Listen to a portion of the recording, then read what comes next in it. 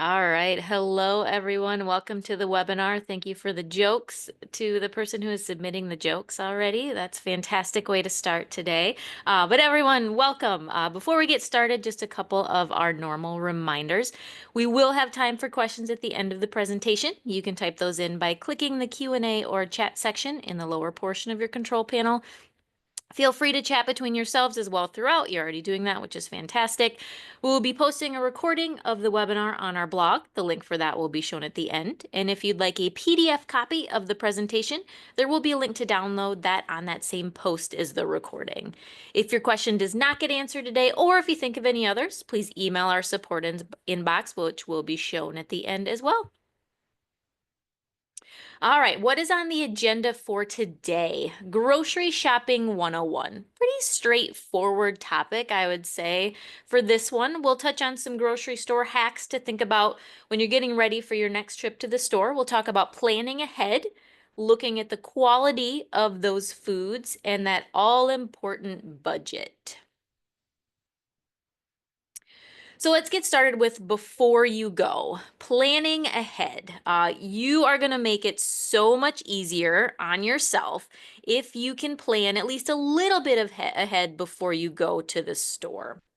So, planning ahead involves things like making a list. Think about what foods you need for the week or however long you go between visits.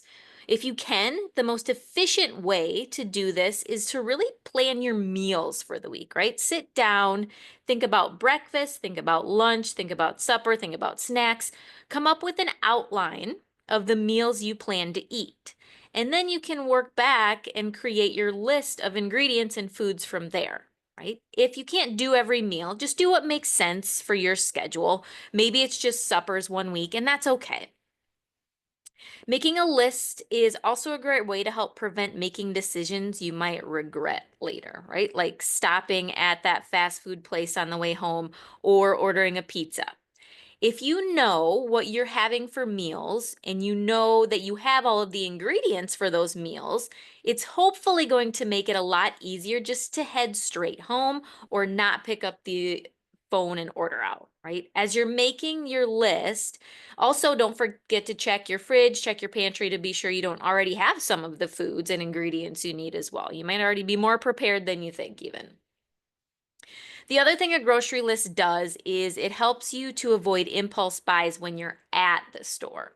If you have that list, you can stick to only the aisles you need and maybe not see something that's not so good for you, but that can be very tempting, right? Not all the time, but again, if you have that list and you say, I'm sticking to it, it can help those temptations. It also helps prevent food waste.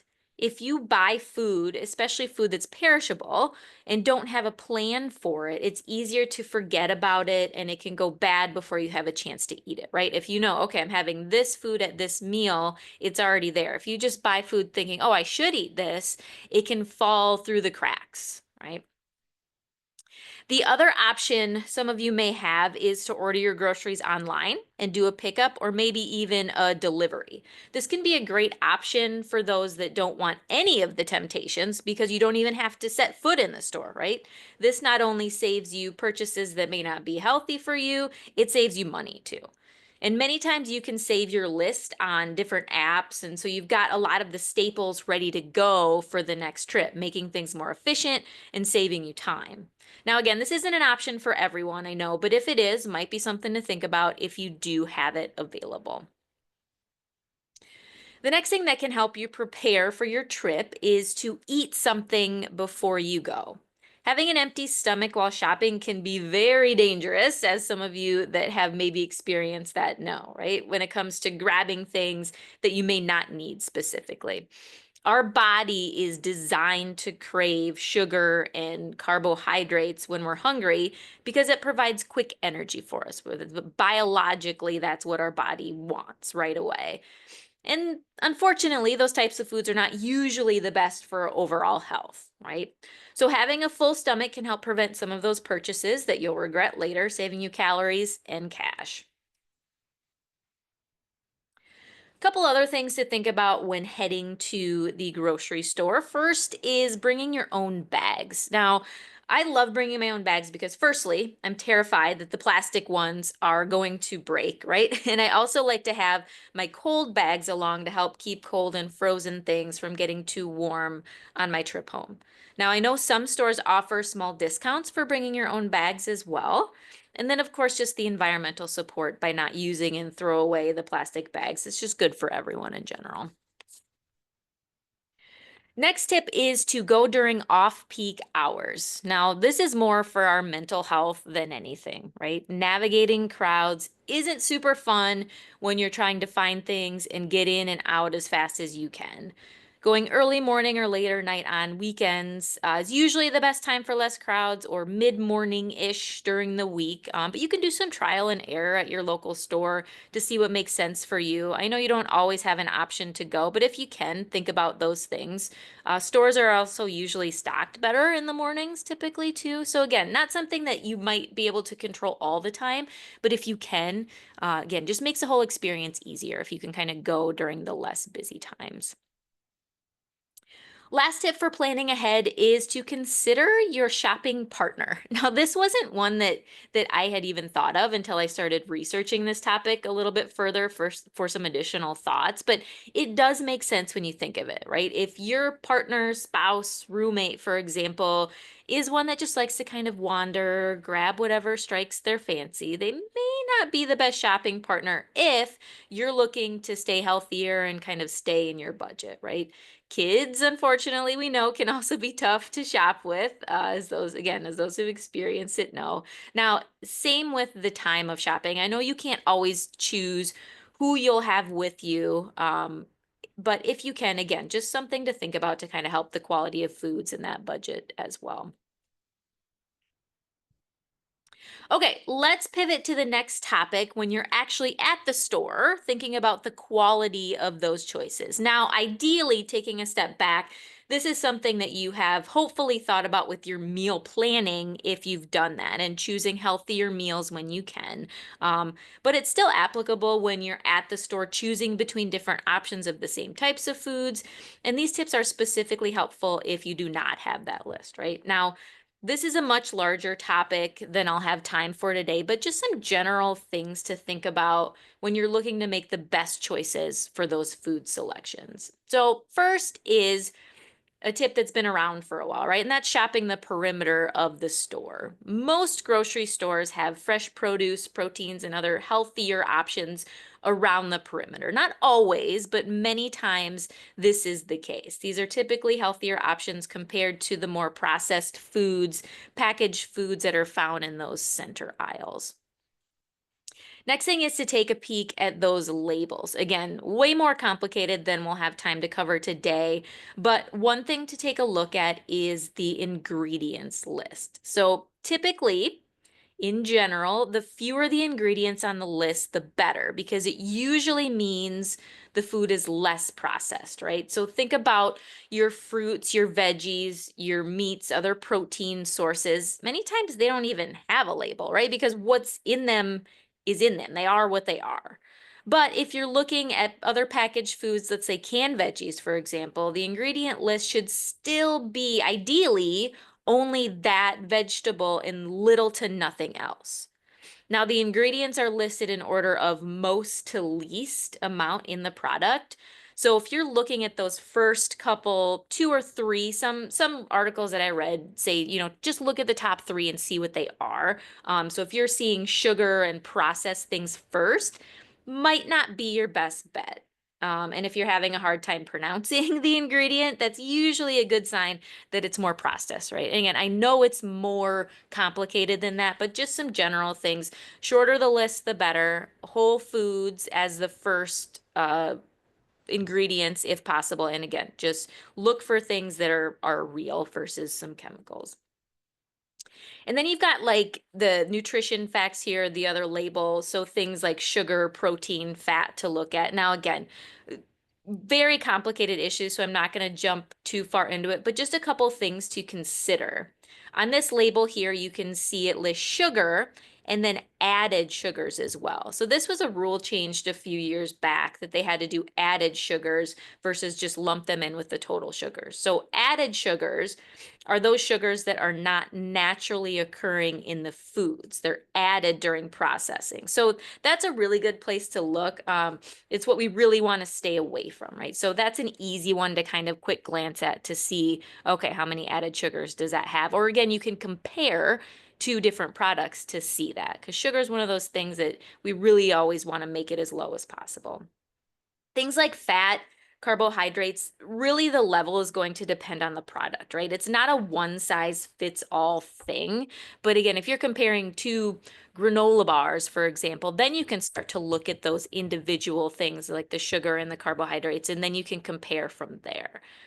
Now, again, sugar is probably the most straightforward thing. Then you've got other nutrients like the vitamin D and calcium that's listed below. Again, too big of a topic. Some foods are never going to have those things in them, but having some of those additional nutrients can be telling in how healthy a food is, right?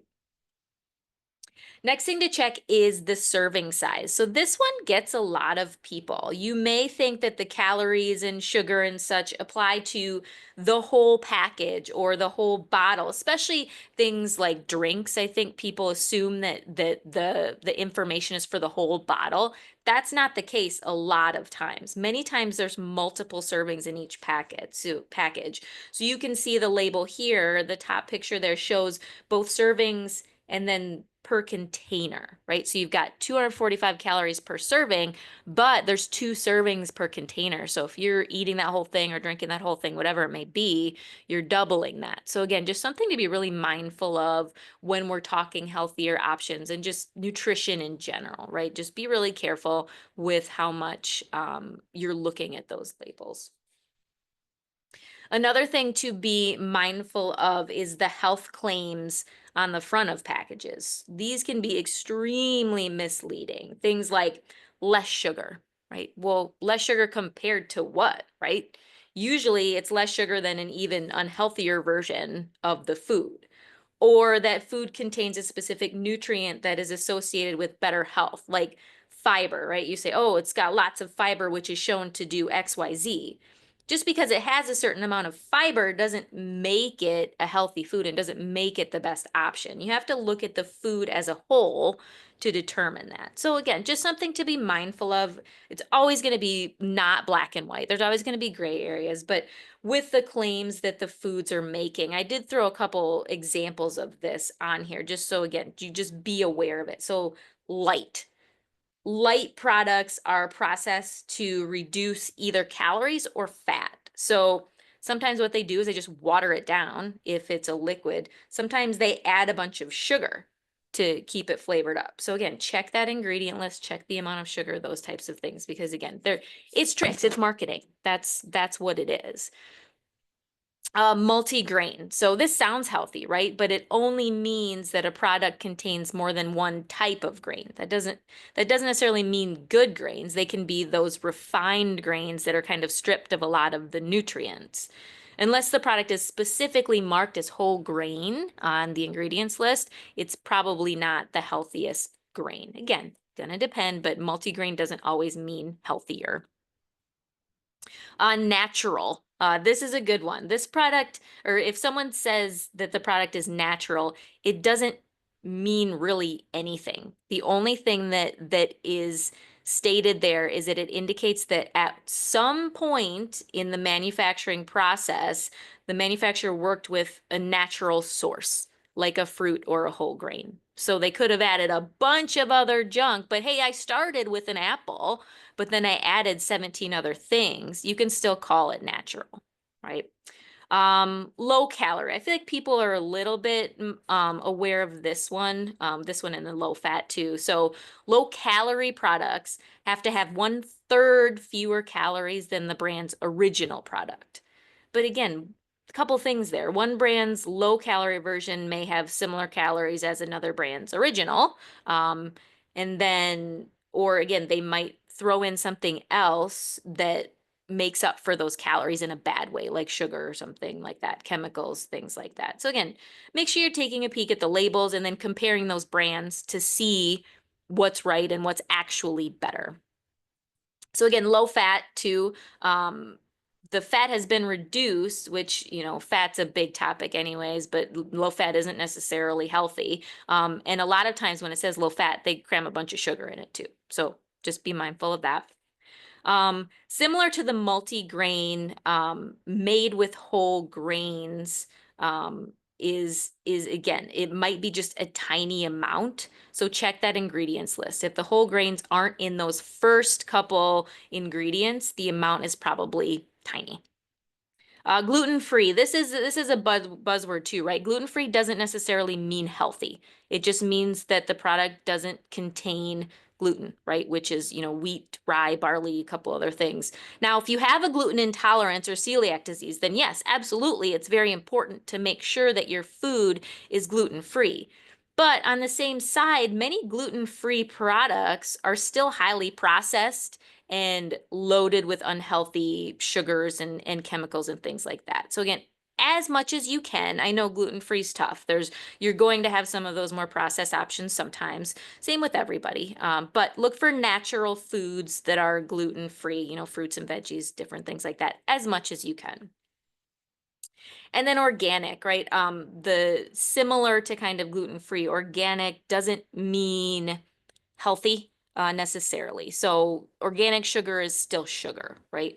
If you're comparing sugar to sugar, then yes, organic ideally is the best option because organic is how the foods are grown and processed. It doesn't have anything to do with the actual food. It just means they weren't thrown a bunch of chemical pesticides and those types of things when they're grown. They have to have standards with how they're grown. It doesn't mean that they're healthy as in their nutritional content, which again, organic is great. It's a great process, but it doesn't mean that the product itself is healthy for you if it still has a bunch of not so good, even if it's organic, not so good stuff in it. I see some of you are talking about some apps and things like that. So can an app help to determine if a food is healthy? There are a ton out there that you can scan barcodes and it gives foods a rating or a grade of how healthy it is. Now, different apps have different ways to judge what is healthy, so just be mindful of that. But if they give you a reasoning behind their ratings, then you can judge for yourself. Some will also give you better alternatives for the choice you made too, which is really nice. Again, shouldn't be the only way that you judge your food, but it can at least give you an idea of the quality. I know, again, you're talking about in the chat, but like Yuka, YUKA is one I know. I think there's a couple other ones. I mean, there's more than a couple other ones out there, but that's one recently that I've seen as far as is one that people tend to like. Again, there's different standards. They make their own version of what's healthy and not, so you have to be mindful. But again, it can give you a starting point in a healthier, or again, reading why they think it's healthy and not, and then you can judge from there.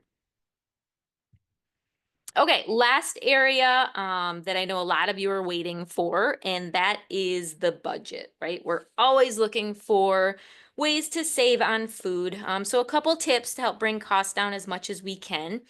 Coupons, yes, they are still a thing. I remember when we used to clip coupons out of the paper every week. Now, those still exist, but many times now you can find coupons easily online on your phone. Again, there's more apps and things like that for coupons. But really, bottom line, don't overlook saving $1 here and there. It's going to add up. And then compare between stores if you can. If you have multiple places to shop where you are, do some price comparisons to see which place makes the best sense for you. If you have the ability to shop at different places for different things, go for it. Just be sure that it makes sense in the big picture, right? Sometimes saving 10 cents by driving another 20 minutes doesn't save in the long run, right? So just be mindful as you think about where to go, but don't be afraid to compare. Buying in bulk is another option. If you use similar ingredients in many meals, consider buying in bulk. So things that have a longer shelf life, your pastas, your rice, those canned and frozen foods are a great thing to buy in bulk if you're able to, and if you have the storage space. Places like Costco offer the ability to buy larger quantities. It typically is cheaper than the smaller packaging. Now, I'd still urge you to compare the unit price, which you can see I gave an example here. To make sure that you're actually saving money on that. Because sometimes they trick you. They say, oh, more, here it is. But sometimes the price per unit, sometimes it's per ounce, sometimes it's per bottle, whatever it may be. Make sure that that is cheaper as well. So something to be mindful of there. But again, most of the time you can save money in the long run if you buy those items that you use a lot in bulk. And again, if you're able to store them, that's the biggest thing too. Next thing is buying generic. Generic brands are a lot of times cheaper than name brands, and most of these foods are identical as the name brand, and they have to go through the same quality testing as the name brands and are even made a lot of times in the same factories as the name brands. Compare the prices and the ingredient list to see when it might make sense to go generic, right? Just make sure that ingredient specifically and they didn't sneak in any extra processed foods or chemicals. If you're concerned, do some research about the brand to kind of see what you can find out. Lots of reviews, lots of things out there on a lot of different brands. And then also when you're in the aisle, look up and down. A lot of times they have the trendier or the name brands at eye level. So look up at the top row, look up at the bottom, look down at the bottom row to see different brands, and then do your comparing of the ingredient lists and things from there. Next, let's talk about seasonal foods. All right, seasonal foods are a big one with your fruits and veggies and other produce, right? Buying fruits and veggies in season can save you a good chunk of money as they're usually cheaper when they can be found locally, right? They taste better usually, and they're usually more nutrient dense. Now, some of us, we can't get fresh produce all year long, right? So take advantage when you can.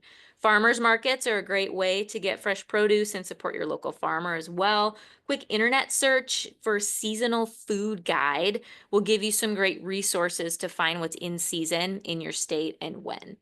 If you have foods that you want to eat year round, frozen is a great option for quality. I'll mention this again. It's typically frozen at the peak of nutrition. So I talked about frozen. Again, check that label to be sure that it's, again, only the food and not some other processed ingredients in it if you can. Canned is still fine too. Canned fruits and veggies are still a better choice than a lot of other things, right? So don't worry about that if that's your only option. And again, you can keep that for a long time most of the time. It's just more common for those to have some of those extra ingredients and chemicals to help keep them shelf stable. So just again, do some label reading there as well. Do what you can. But again, if you're buying a canned green beans versus a candy bar, we're still right. We're still good, right?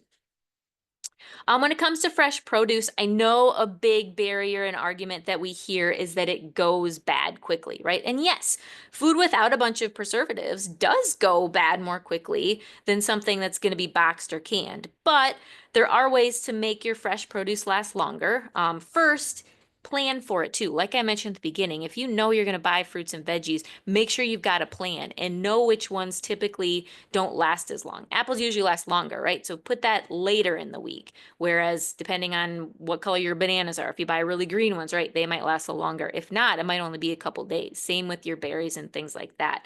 But couple other things that you can do to make your fresh produce last longer. Quick internet search is going to give you lots of resources, but I did want to give you just a couple examples. This is from the Child and Adult Care Food Program website. I put their search. If you just do a search for selecting and storing fresh produce, CACFP, it's going to give you the exact website and article that I used for this. So a couple examples of food that goes bad fairly quick or that we think does, right? Peaches and pears. So if they're underripe, we store them at room temperature until they're ripe. Then you can move them to the fridge.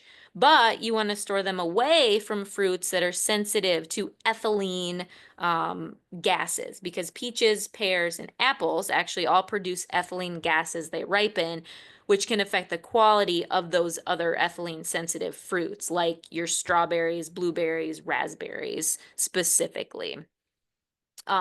Berries should be stored in a low humidity section of the fridge with some ventilation. Vinegar bath for a minute for blueberries, blackberries, and strawberries can help remove tiny mold spores and help extend the life of those berries. Be sure to rinse with water and thoroughly dry before storing. Raspberries, from my research, can be just washed in plain water generally. Again, there's a bunch more on that site, and I'm sure there's lots of other sites with quality information. So take a look, help make that fresh stuff last longer. Now, if you really want to be ambitious, think about doing some research on canning your own foods, buying fresh or growing your own garden even, and then canning those foods is a fantastic way to be sustainable and to have foods in storage ready for whatever comes our way.